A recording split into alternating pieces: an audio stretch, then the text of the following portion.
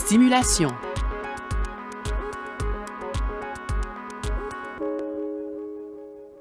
Le R-Series prend en charge deux configurations d'électrodes pour la stimulation, la configuration avec les électrodes One-Step Pacing ou celle avec les électrodes de traitement main libre avec des électrodes ECG distinctes. Lorsque le R-Series est utilisé avec les électrodes One-Step Complete ou One-Step Pacing pour effectuer une stimulation, il n'est pas nécessaire d'utiliser un câble ECG distinct car les trois dérivations sont incluses à l'avant de l'électrode.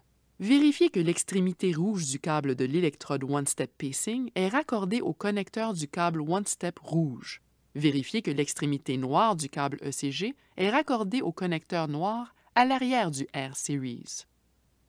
Si les électrodes One-Step ne sont pas utilisées pour la stimulation, des électrodes multifonctions de remplacement et un câble ECG doivent être accordés au R-Series. Si vous utilisez un ensemble à trois dérivations, raccordez l'extrémité de l'ensemble à trois dérivations à un câble d'électrode One-Step Pacing et raccordez les électrodes de traitement au câble d'électrode One-Step Pacing.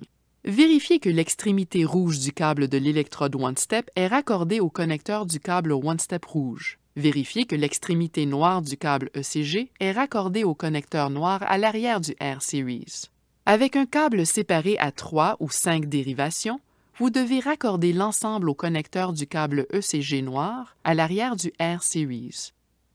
Les patients pédiatriques utilisant les électrodes One-Step Pediatric CPR ou PediPads 2 nécessitent l'utilisation d'un câble ECG distinct, car ces électrodes n'ont pas de capacité intégrée à trois dérivations. La stimulation non invasive des patients pédiatriques est réalisée comme la stimulation adulte. Pour commencer à stimuler votre patient, programmez le cadran sur stimulateur. Les pics descendants indiquent des impulsions de stimulation. La fréquence est réglée par défaut sur 70 impulsions par minute, à moins d'une autre configuration de votre établissement. Pour la stimulation avec les électrodes One-Step, le signal ECG apparaît sous dérivation P2.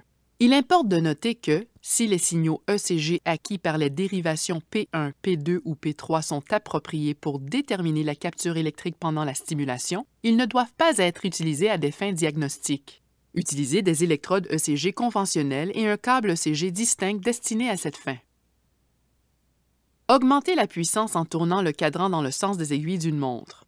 La plage normale pour la capture est de 40 à 80 mA.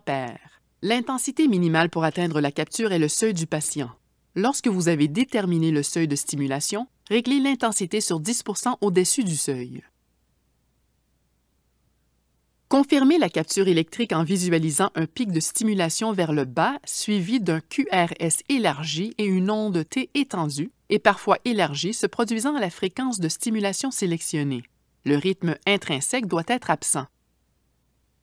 La capture mécanique peut être confirmée en palpant physiquement une artère fémorale, une artère brachiale droite ou une artère radiale droite pour un pouls. Pendant la stimulation, vous pouvez toujours utiliser le bouton 4 pour 1 pour déterminer le rythme sous-jacent du patient.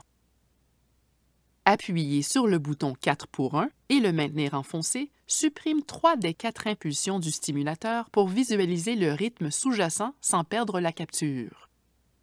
Lorsque les stimulations durent plus de 2 heures, ZOLL recommande d'utiliser ProPads en association avec un gel liquide.